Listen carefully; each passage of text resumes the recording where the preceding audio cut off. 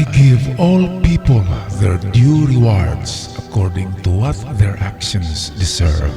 Jeremiah chapter 17 verse 10.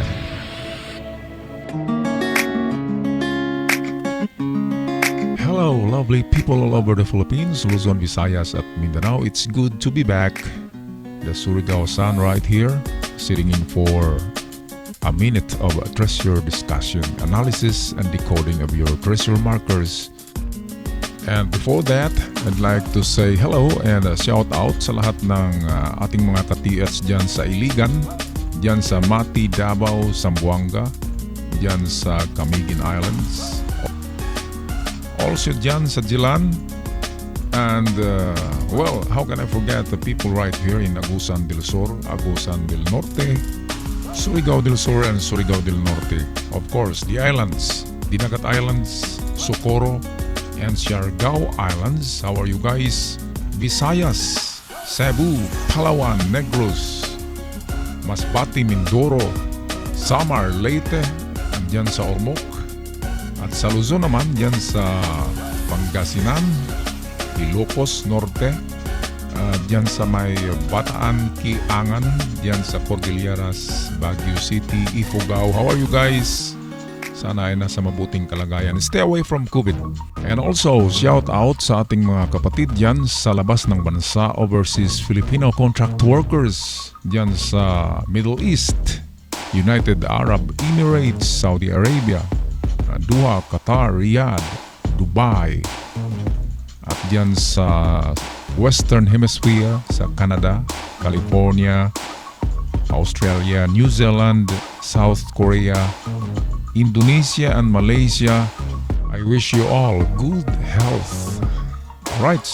At para magawa natin ng video or analysis ang inyong mga treasure markers and sketch map, yan ay ipadala nyo sa aking personal email, surigausan@gmail.com. Again, surigausan@gmail.com. Well, ngayon atin ang tatalakay, no further ado, itong pinadala na treasure marker ng ating kaibigan. Sa tingin ko naman, ito ay legit sign ng Yamashita Treasures. Ating tunghayan ngayon sa aking video. Alright, at ito yung markers na pinadala ng ating katiyats. Sa tingin ko ito ay handmade or ito'y gawa ng tools na butas. Kasi meron siyang mga katabi dito guys na kung napansin nyo ay parang square na mababaw lamang. At yan ay merong mga tool marks. Yan ay ginagamitan ng rock chisel. At ito naman ay meron din mga tool mark. Andyan. Ganon din ito sa ibaba. Kaya atin ito umpisahan guys pag-decode. Pagkatapos tingnan itong kabuuan nitong picture. Okay, so ito yung front niya. Paano nga ba hanapin ang treasure dyan guys? Alright, ang unang gawin ay hanapin ang orientation sa kompas. Kung saan yan nakaturo. Kasi ang itong batong ito ay ito na mismo yung pointer sa digging spot. Kung napansin nyo guys ay ang hugis niya ay itong nagsisilbing arrow na to na bato. Pointed siya. Ayan. At meron siyang parang backbone sa kanyang ibabaw.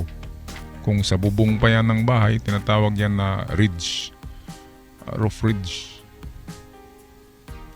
Okay, so ang batong mismo ito na yung pointer sa digging spot. Ngayon ang ating alamin lamang dito ay ang measurement o yung distances. Okay, kung sa layman na pamaraan ay papunta sa tulis dito, sa matulis niyang dulo, itong nagsisilbing arrow. Pero hindi natin yan alam kung yan ba ay binaliktad na stone marker. Kasi yung likod niya ay parang matulis din pero mas mahaba itong sa front. Ngayon, ang mga triangle rock markers, kung naka-triangle yan, ang hanapin dyan ay ang mahaba na dulo. Example dito, ang mahaba, ito yung pointer niya. Okay, so ganyan ang paghanap, pero hindi rin natin alam ang pinakasikreto. Baka naman binaliktad na naman yan.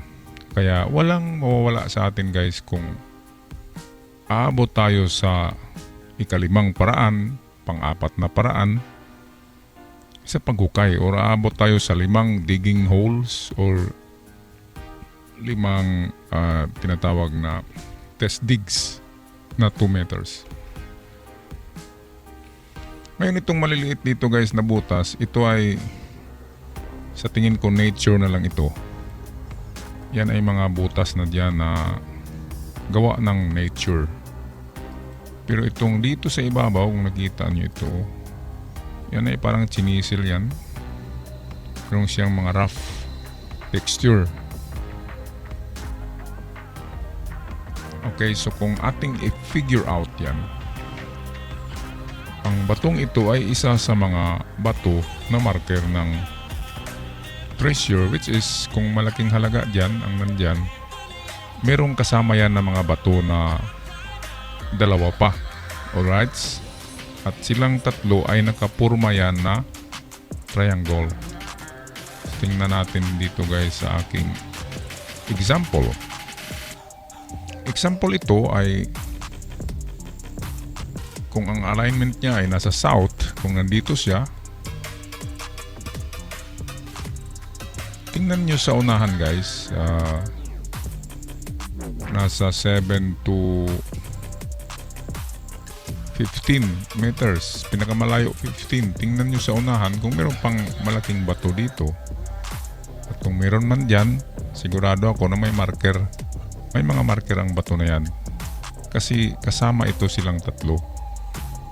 Ngayon dito naman sa kabila, sa papuntang south, mag-survey ka rin papunta rito ng 7 to 15 meters. Yan kasi ang kalimitan na distansya ng mga bato na ginagawang itong marker for triangulation of rock, yung nakatriangle ng mga malalaking bato. So kung merong sa south, I make that sa east pala ito.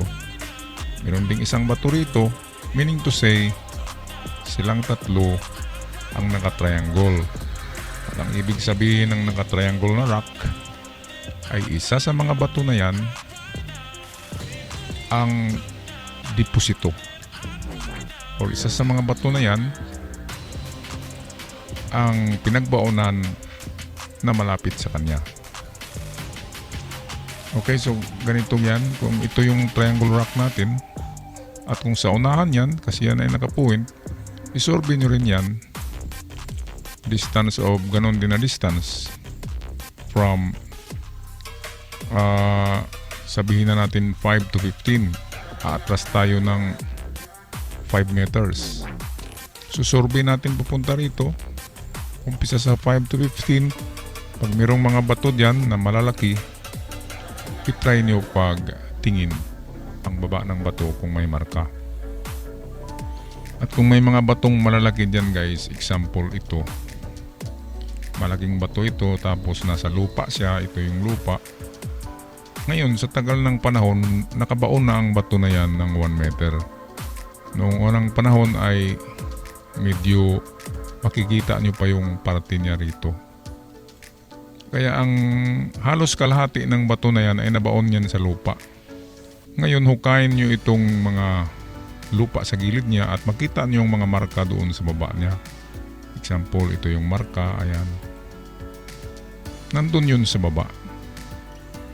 Kasi ang lupa, pag nasa flat area lang ay kumakapal ang lupa dahil sa mga decayed o yung nalalata na mga organic materials tulad ng mga dahon, alikabok, mga punong kahoy na nalalata, kumakapal ang lupa. Pag nasa flatland lang siya, pero kung nasa itaas ng bundok, hindi kumakapal masyado ang lupa kasi nag-i-slide yung soil sa ibabaw at bumabagsak doon sa baba ng bundok na tinatawag na valley. Alright, para mas klaro ngayon guys kung paano hanapin ito ay atin ang tingnan ang aking drawing. Ito yan. So ano bang ibig sabihin ng mga holes? Itong maliit na holes dito, wala na to guys. Not counted na tong hole na ito. Okay, so wag nyo nang ikwenta yan kasi yan ay sa tingin ko ay nature made. Ngayon guys, ang unang gawin ay alamin natin ang value ng bawat itong circle. Ang circle ayon sa mga nakuhang treasure sa mga treasure hunter, ang isang bilog ay nasa 5 meters distance at pinakamalayo ay 10 at kalagitnaan niya ay 7. So ang distances ng bilog ay hindi talaga fix, kundi 5 or 7, or kung wala sa 7 ay 10 meters distance. Ngayon, dalawang bilog ito guys, pero isang bilog lang ang ating kunin diyan kasi itong malaking bilog dito, ito yung nag-symbolize ng treasure. Halos lahat ng treasure marker ay nilalagyan talaga yan ng bilog. Example, yung nakita ko noon sa isla na giveaway ay letter B, tapos meron siyang bilog sa ibabaw. Yung nakita naman namin doon sa bundok nung itong bago lang, nakuha na yun na treasure, hindi kami ang nakakuha noon, ay arrow na nagaganito. Meron siyang isang guhit sa unahan at meron din siyang tuldok sa puwet. Meron ding mga treasure na ganito guys, nasa ibabaw ang dot. Palaging merong dot kasi ang dot, yan ang nagsimbolo ng hukay or butas na kung saan doon nilalagay ang item. Meaning to say, ang malaking bilog na yan ang item or yan ang tunnel ng item. Ngayon, paano hanapin ang tunnel ng item? Ito ang distansya niya sa isang guhit na maliit, like that, sa isang bilog na maliit. So kunin natin ang distansya niyan. Kung meron tayong ruler, mas maganda. Okay, ilagay nyo dyan ang ruler. Andin tingnan ko ilang inches. Sa palagay ko yan ay 6 inches. So merong 6 inches. Convert to meters equals 6 meters. Ang 6 inches. Ngayon, ang unang paraan guys ay hindi muna tayo pupunta rito sa kanyang nguso or tip of the arrow. Dito muna tayo sa sinasabi niya na 6 meters. Kung gumagamit tayo ng ruler, inches. Ngayon sa ating standard na measurement yan dito sa 5/7/10, pasok siya sa 6 inches. Nandito siya malapit sa 7. Kaya kahit hindi tayo gagamit ng ruler dito sa paraan natin na 5 to 10 meters distance ang item, ay matagpuan pa rin natin siya. Diba guys? So ang unang gawin ay okay, palit tayo ng kulay. Baba tayo dito and then umpisa tayo maghakbang ng 6 meters. Sabihin natin 6. Okay, dito tayo stop. And then test dig tayo ng 2 meters. Ngayon pag wala sa 2 meters ay gamitin na natin itong, kung wala sa 6 meters dito o 6 meters and then 2 meters deep, kung wala, gamitin na natin ang 5, 7, and 10. So atras tayo ng konti dito sa 5. Kulay tayo guys ng iba para hindi magulo. Ito yung pangalawang hukay natin, ang 5. Umatras tayo kasi sumubra yung 6, walang nakita. At kung wala sa 5, ay patuloy tayo sa 7. Dito sa 7 meters, test dig of 2 meters. Sa 2 meters, pag walang makitang mga bagay, nagawa ng tao sa ibabaw ng lupa na ibinaon doon sa ilalim. Kasi pag mag-backfill ka ng lupa, kung ikaw ay nagbaon, meron ka talagang mahagilap na mga bagay na galing sa ibabaw at may isama mo yun sa pagtakip doon sa butas. Okay, so ito yung 7 meters guys. Kanina ito yung 5 and 6. Wala sa 7, sabihin natin. So patuloy tayo sa 10. Ganon din na procedure, 2 meters deep ang test dig. Sa 2 meters, pag meron talagang ibinaon na bagay or treasure sa below ng 2 meters, ay meron talagang makikitang mga marker. Tulad ng mga naisama na mga dahon sa pagtakip ng hukay, merong mga dahon na maisama yan sa ibabaw ng lupa. Kaya minsan pag naghukay tayo, meron tayong makikitang fibers ng mga dahon na dumidikit sa mga bato. Kasi yun ay backfill na lupa. Okay, so sabihin natin, sa method na ito, na papunta rito sa west, ay wala. So wala tayong nakita dito. Ngayon, ito yung ating first method. Ngayon ay, dahil wala tayong nakita sa first method, punta na tayo sa ating second method. Ano ba ang ating second method? Ganon din ang gawin natin, pero imagine natin na itong rock ay isang arrow na nakaganyan. At papunta siya dito dahil mahaba itong side niya rito kumpara sa side doon sa likod. Okay, so sa harap tayo pupunta. Ano ba ang measurement? Ang measurement diyan ay ganon din. 5 meters, 7 meters, and then 10 meters. Yan ang final na hukay. So punta tayo dito guys. 5 meters. Test dig na naman ng 2 meters. At pag walang nakita, patuloy tayo sa 7. At kung wala pa rin nakita ay patuloy tayo sa final distance na 10. Okay, so ito ay 5, ito ay 7, at ito ay 10. Ngayon, kung wala talaga guys, kasi wala tayong metal detector, di ba? Ang paghanap natin ay gumagamit lang tayo ng treasure markers, meaning and decoding.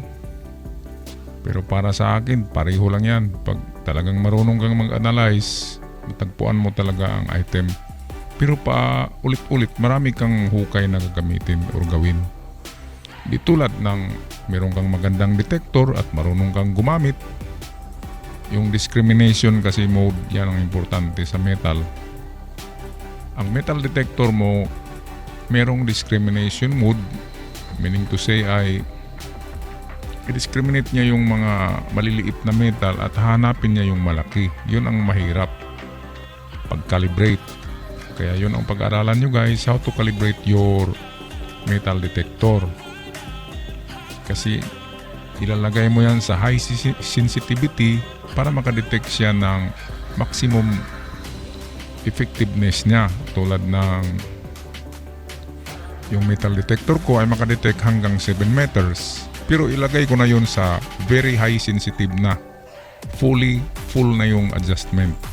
Ngayon, kung full sensitive na ang metal detector, nagdidetect na yan ng kahit minerals or kahit bato na mayroong mga iron content. Kaya ang pakinggan dito guys, mayroong ibang detector, yung analog noon ay mayroon siyang frequency. Ngayon, yung frequency ay malalaman mo rin doon sa tunog. Sa tunog ng frequency, kung napaka high pitch, meaning to say yan ay metal, at depende rin sa lalim. Kasi pag napakalalim na ay hindi na mag-high pitch yan. At ang detection pag malalim ay kung ang detector mo ay LED system, ay konti lang ang iilaw sa LED mo kasi malalim ang na-detect niya. Kaya practice ng practice ang paggamit ng detector. At kung hindi ka marunong niyan, mabiktima ka niyan. At kahit bato lang na merong ore content or iron, ay magdidetect talaga ang detektor. Kaya minsan yung iba nagsasabi na bakit nagdidetect yan ng mga bato. Talagang magdidetect ang detektor ng mga bato pag yan ay nakalagay sa full sensitivity adjustment. Okay guys, pero dito sa ating treasure sign and decoding, hindi ka maano dito. Wala ka nang i-adjust dito, kung di ang mga hukay lang ang i-adjust. Okay, at dunong lang or knowledge and common sense together with prayer ay pwede tayong i-guide yan ng angel, ituro sa atin ng angel, bigyan tayo, hulugan tayo dyan ng sign na dyan tayo maghukay na parte, at yung ating common sense ay i-enlighten yan ng God, yung ating common sense. Pag tayo'y kanyang napili, nabibigyan ng mga ganyan. Marami nang bumibili guys ng mga scanner, mga Titan gear, mga ganyan, pero hindi pa rin sila nakakita kasi sa advertisement lang naman yan. Yung advertisement kasi ay sinasabi na ganyan, epektibo, 50 meters deep, pero sa totoo hindi ganyan ang mga yan. 2,000 meters daw ma-detect yung treasure sa unahan. Ako, parang hindi na ako maniwala dyan. Paano ma-detect mo yung 2,000 meters ang layo-layo niyan? Okay guys, so sana ay meron akong naibahagi na konting ideya sa inyo ngayon para maidagdag nyo sa paghanap ng nakabaon na Yamashita treasure dyan. So good luck sa inyong treasure hunting. Be careful and of course, alagaan ang kalikasan. Ang mga hukay natin ay tatabunan muli, parang walang mahuhulog na mga hayop or tao man doon sa ating mga manholes. Ako'y magpaalam na guys. See you soon on my next video. Surigao-san. Ciao for now.